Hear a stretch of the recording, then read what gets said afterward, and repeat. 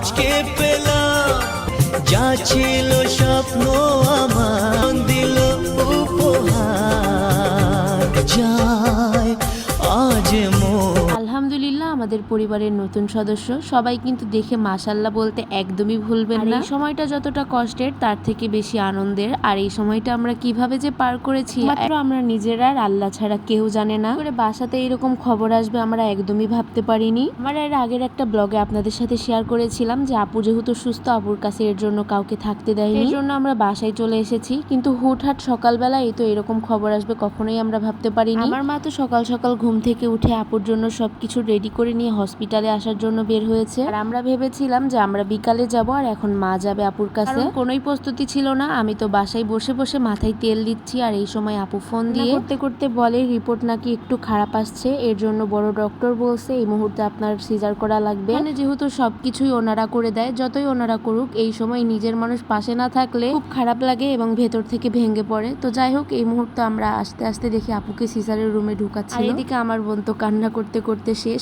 এই সময়টা টেনশন না করলেও একদম ভেতর থেকে টেনশন চলে আসে। এই সময়টা আমিও পার করেছি, এই সময়টা অনেক কষ্টের। ওটি রুমে ঢোকার পরে নিজের সাথে যে কি হয় বলে বোঝাতে পারবো না। অনেকের কাছে এই ওটি রুম কিছুই না, আবার অনেকের কাছে অনেক কিছু। আপনার হওয়ার সময় আমার সিজারের কথা এখনো মনে হলে আমার গায়ের পশমগুলো একদম দাঁড়িয়ে যায়, খুব ভয় লাগে আমার। সুস্থতা আর জীবনের মূল্য কি জিনিস সেটা আমি সিজারের রুমেই টের পেয়েছিলাম। এই কারণে আর কি আমার বোনের জন্য খুব টেনশন হচ্ছিল, আবার একটু একটু আনন্দও হচ্ছিল যে নতুন অতিথিকে পাবো আমরা। এদিকে তো আবরার একটু পরপর ভেতরে চলে যাচ্ছে, এই পাশ দিয়ে তার মেজমণি কান্না করতে করতে গিয়েছে। এর জন্য কতক্ষণ ধরে যে অপেক্ষা করছিলাম অপারেশন থিয়েটারের সামনে, এই সময়টা খুব কষ্টের আবার খুব আনন্দের। আপুকে হঠাৎ করে সিজার করতে হবে এই কথা যখন আমরা ফোনে শুনি তখন তো আমরা কিভাবে বাসা থেকে বের হয়েছি সেটা তো আপনারা দেখতেই পেয়েছেন। প্রথমে ওর বাসার গেট ভালো করে লক করেছিলাম কিনা এটা ঠিক মতো মনে নাই, মানে এতটা তাড়াহুড়া করে আমরা বের হয়েছিলাম। আর এইদিকেই তো আমার ভাইয়াও অনেক টেনশন করছিল, ভাইয়াও বুঝতে পারেনি হঠাৎ করে এইরকম খবর আসবে। আর এই তো আমরা এসে ভাইয়াকে খবর দিই, ভাইয়ার মুখ চোখ তো একদম কালো হয়ে গেছে টেনশনে। এই সময়টা আসলে অনেক টেনশনের। আর ওই যে আমাদের নতুন অতিথি আসতেছে, আমরা তো সবাই একদম রেডি হয়ে বসে আছি কখন বাচ্চাকে কোলে নিব। আর এই তো আমাদের রাজকন্যাকে প্রথম তো তার বাবার কোলেই আমি দিতে বলি যে আগে ওর বাবার কোলে দেন, তারপরে এই তো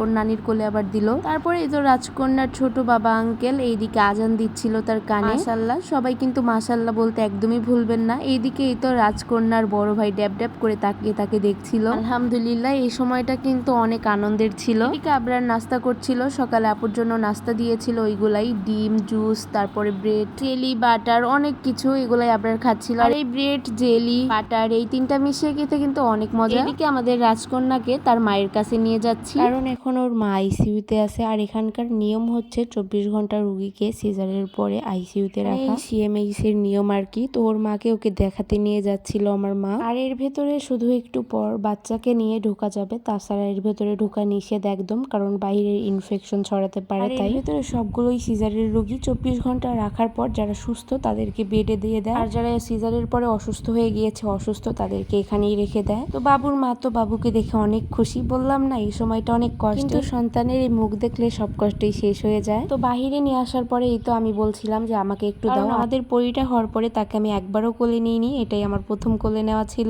পরে রুমে এসে দেখি দুই ভাই বোন একসাথে বেডে ঘুমাচ্ছিল, এটা দেখে তো আমার অনেক ভালো লেগেছে, এর জন্য আর কি ক্যামেরা বন্দি করে নিয়েছি। বাবুর ওজন খুবই কম ছিল, তবু আলহামদুলিল্লাহ যে সিজারের পরে বাচ্চা এবং বাচ্চার মা দুইজনই সুস্থ। তো এই সিএমএইচ বিকালবেলা বালতি ভরে দুধ এনে রেখে দেয় রুগীর জন্য, তো এখান থেকে নিয়ে আবরারকেও খাওয়াচ্ছিলাম। আবরার দুধ খুবই পছন্দ করে, ওর জন্য আম কেটে আনছিল আমার মা। আপুর তো এখন খাওয়া হচ্ছে না, এর জন্য আমি বসে বসে আম খাচ্ছিলাম। এভাবে সারাদিনটা পার করলাম আর কি। আর আমাদের বাচ্চা হয় 1টা 15 মিনিটে, মানে দুপুর 1টা 15 মিনিটে। আলহামদুলিল্লাহ, রো হয় মঙ্গলবারের দিন। সন্ধ্যার পরে আবরার তার বোনের জন্য নতুন ড্রেস আনছে, এনে বলতেছে এখনই আপুকে পরাও, আমি দেখবো। ওর কালার কিন্তু আমার অনেক ভালো লেগেছে, একদম স্ট্যান্ডার্ড কালার। তো এদিকে এই তো জামাটা আমার মা এখন বাবুকে পরাবে, আর এদিকে আবরার তার জন্য খাবার জিনিসও কিনে আনছে। আমার মেজ বোনের মেয়ে বাবু হওয়াতে আমার পরিবারের সবাই এত পরিমাণ খুশি মুখে বলে বোঝাতে পারবো না। এই কথা বলতে যদি ছেলে হতো আমরা খুশি হইতাম, তবে এতটা না, কারণ ছেলে বাবু দুইটা মানুষ করা হয়ে গেছে, আমার একটা, আমার বড় বোনের একটা। ছেলে বাবুর পোশাক পাওয়া যায় না ভালো, আর মেয়ে পরিবাবুর কত সুন্দর সুন্দর পোশাক। জন্য তো আগে থেকেই আমার ড্রিম যে আমাদের পরিবারে এবার একটা কন্যা সন্তান আসুক, আর ঠিক সেটাই হয়েছে। আমার মায়েরও ইচ্ছা যে একটা মেয়ে বাবু হোক। নতুন পোশাক পরে আমাদের সোনা পাখিটাকে মাশাআল্লাহ অনেক সুন্দর লাগছিল। এদিকে তার বাবার কাজ শেষ করে রাতে এসে তার বাবা তো তাকে অনেক আদর করছিল। মেয়ে বলে কথা, আর মেয়েরা সবসময় বাবার আদরের হয়। বেশিরভাগ মেয়েরাও দেখবেন যে বাবাকে বেশি ভালোবাসে। সোনা পাখিটাকে ছেড়ে রাতে আসতে একদমই ভালো লাগছিল না, তবুও চলে আসতে হলো, কারণ একজনের বেশি থাকতে দেয় না। কারণ আপু তো আইসিইউতে, আর মা এখন বাবুকে নিয়ে রাতে একা একা থাকবে, বেশি লোকজন এখানে থাকা যায় না। তো সবাই ভালো থাকবেন, সুস্থ থাকবেন, আল্লাহ হাফিজ। আর এই ছিল আমাদের পরি যেদিন হয় সেই দিনকার একটা ছোট্ট ব্লগ।